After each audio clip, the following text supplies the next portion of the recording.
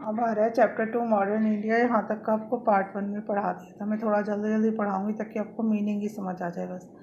Modern period in India. India में जैसे history को 2 पार्ट में डिवाइड किया गया बेटा, pre history, history. Pre history होती जब हमें लिखना पढ़ना नहीं आता था। मॉडर्न पीरियड ऑफ इंडिया ये कह रहे हैं औरंगजेब एक मुग़ल बादशाह था। उसके मरने के बाद में ये बहुत सारे इंडिपेंडेंट किंगडम बन गए, तब से हमारा मॉडर्न पीरियड शुरू हुआ। और ईस्ट इंडिया कंपनी भारत में आ गई। वो इंग्लैंड की कंपनी थी, उसने भारत पर राज किया, तो वहाँ से मॉडर्न पीरियड शुरू हो गया। फिर इंडिया में फ्रीडम की लड़ाई हुई और इंडिया 1947 में फ्री हो गया और डेमोक्रेटिक रिपब्लिक बन गया। फॉरेन इन्वेजन मतलब आक्रमण, विदेशी आक्रमण। तो जब राजपूत, सिख, जाट, मराठा ये सब जातियां हैं, इन्होंने सबने प्रोसेस डिसइंटीग्रेशन सब एक हो गए मिलकर। तो नादिर शाह ईरान से आया। कहाँ से आया नादिर शाह? ईरान से आया। और उसने भारत के पास उस समय बहुत ज़्यादा फैबुलस वेल्थ मतलब बहुत ज़्यादा पैसा था, इसीलिए उसने भारत पर आक्रमण किया। और नादिर शाह जो है भारत से क्या क्या ले गया? पीकॉक थ्रोन ले गया। पीकॉक थ्रोन मतलब एक सिंहासन था जो मोर की तरह था, उस पर शाहजहाँ बैठता था। और कोहिनूर डायमंड ले गया, हीरा था सबसे महंगा कोहिनूर। तो नादिर शाह ने पूरे, और इसी तरह फिर नादिर शाह के बाद आया अहमद शाह अब्दाली। इसने भारत पर 4 बार आक्रमण किया। तो पहले किसने किया? नादिर शाह ने पीकॉक स्टोन ले गया, कोहिनूर ले गया। अहमद शाह अब्दाली ने भारत पर 4 बार आक्रमण किया। उसने मराठा को थर्ड बैटल में हरा दिया। इसके बाद आई न्यू स्पिरिट। तो न्यू स्पिरिट मतलब नई आत्मा। एक है people begin to take interest in the different aspects of human life. लोग जो हैं मनुष्य के जीवन में तरह तरह से रुचि दिखाने लगे, उसे ह्यूमनिज्म कहते हैं। ह्यूमनिज्म के लिए उन्होंने लिटरेचर, स्कल्पचर मतलब मूर्तियाँ, थिएटर, ये जब इसमें पिक्चर वगैरह दिखाते हैं उस समय नाटक, म्यूजिक, तो ये सब मनुष्य के बारे में बात करने लगे। डिस्कवरीज, आपने क्या क्या ढूंढा? तो क्रिस्टोफर कोलंबस आया, एक्सप्लोरर था। ये एक्सप्लोरर उनको कहते हैं जो इधर से उधर चीज़ों को ढूंढते हैं।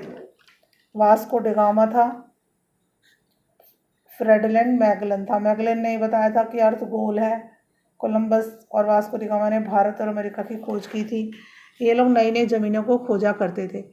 जैसे मैगलन था जो, मैगलन ने क्या किया, बोट में बैठ के सीधे चलना शुरू कर दिया। उसने कहा, लोग कहते थे ना कि अर्थ जो है, अर्थ का एक अंत है, गिर जाएंगे और मर जाएंगे, लेकिन वो चलता रहा। कुछ सालों के बाद में, मुझे एग्जैक्ट पीरियड याद नहीं आ रहा, उसी जगह आ गया जहाँ से चला था। तो इसी तरह मैगलन ने बताया अर्थ गोल है। फिर पोर्टुगीज आए इंडिया में और साउथ ईस्ट एशिया में। तो 1948 में पोर्टुगीज एक्सप्लोरर आया, वास्को डिगामा। कालीकट पहुंचा। कालीकट जिसे अब कोलकाता कहते हैं, मालाबार कोस्ट में पहुंचा। यहाँ पे उन्होंने अपना व्यापार का स्टेशन बनाया। व्यापार स्टेशन मतलब यहाँ से वो व्यापार करते थे। कहाँ पे? गोवा, दमन और दीव में, इंडिया में। और नेविगेशनल स्किल मतलब जहाँ पे बोटिंग करने की, पानी में चलने की, उससे उन्होंने यहाँ पर अपना बिजनेस शुरू किया। स्पाइसेस वगैरह का, मसाले वगैरह का काम किया करते थे। Industrial revolution. इंडस्ट्रियल रिवॉल्यूशन का मतलब इंडस्ट्री का विकास। तो 18वीं सेंचुरी में इंडस्ट्रीज का विकास हुआ, इंडस्ट्रीज के डेवलपमेंट हुआ बहुत ज़्यादा। फ्रेंच का एक इकोनॉमिस्ट था, इकोनॉमिस्ट मतलब जो पैसे का हिसाब लगाते हैं, उसका नाम था ऑगस्टे बलंकी। उसे पहला वो पुर्तगाली था जिसने ब्रिटिश हिस्टोरियन आर्नोल्ड टॉर्नेबी। फैक्टर्स क्या थे इंडस्ट्रियल रिवॉल्यूशन के? The use of such basic material. उस समय बहुत ज़्यादा बेसिक मटेरियल कौन सा यूज करते थे? Iron and steel.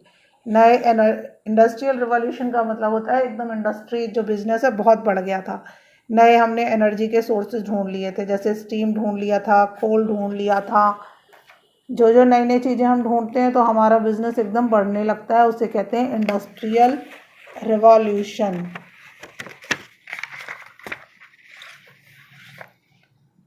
नई हमने मशीनों की खोज कर ली थी, आविष्कार कर लिया था। स्पिनिंग जेनी थी, पावर लूम था। इनसे कपड़ा बुनने में बहुत आसानी रहती थी। मनुष्य अगर एक दिन में आधा मीटर कपड़ा बुनता था तो ये 50-50 मीटर कपड़ा बुनते थे। अब effects of industrial revolution. Industrial revolution के क्या क्या प्रभाव हुए? Emergence of cities. सिटी ज़्यादा डेवलप हो गए, सिटीज़ में बहुत ज़्यादा पॉल्यूशन फैल गया। ठीक है, सिटी डेंसली पॉपुलेटेड हो गए। डेंसली पॉपुलेटेड का मतलब गांव के लोग आके शहरों में बस गए, तो एक छोटे से एरिया में ज़्यादा लोग रहने लगे, एक एक कमरे में काफ़ी लोग रहने लगे। राइज ऑफ कैपिटलिज्म, कैपिटलिज्म मतलब पैसा, पैसा बढ़ गया था लोगों के पास में। Rise of new political ideas, नए नए पॉलिटिकल आइडियाज़ के लिए लोग आ गए, जैसे Owen, Saint Simon, Karl Marx, सब ने अपनी अपनी नई नई थ्योरी देनी शुरू कर दी। स्पीड ऑफ इम्पीरियलिज्म, तो इसमें क्या हुआ कि यूरोपियन ट्रेडियर्स जो थे वो इम्पेरियलिज्म मतलब विदेशों से भी व्यापार एशियन कंट्री के साथ जुड़ गए, जैसे मसाले बेचते थे, कपड़े, शुगर, नमक, तो ये सब कुछ एक बिजनेस आपका बहुत बढ़ गया। अब इसके बाद में कहा है कि जो लोग वायलेंट स्ट्राइक्स करते थे, स्ट्राइक्स मतलब हड़ताल, तो उन्हें कहते थे लुडिटिज। अब लिमिटेड एम्प्लॉयमेंट था, चिल्ड्रन बच्चों के लिए फैक्ट्रीज में बहुत कम उनको नौकरी दी जाती थी। मैं और क्या क्या नुकसान थे कि काम के घंटे बहुत ज़्यादा थे टीनेजर्स के लिए, और जो इंस्पेक्शन कंपलसरी होता था। जर्मनी, ओटो वन बिस्मार्क एक आदमी का नाम है जो जर्मनी में था, उसने सुधारों की एक रिफॉर्म्स होता है, सुधार करने का एक नियम बनाया, कानून बनाया कि फैक्ट्रियों में काम का सुधार हो। आज ये पार्ट 2 हो गया आपका।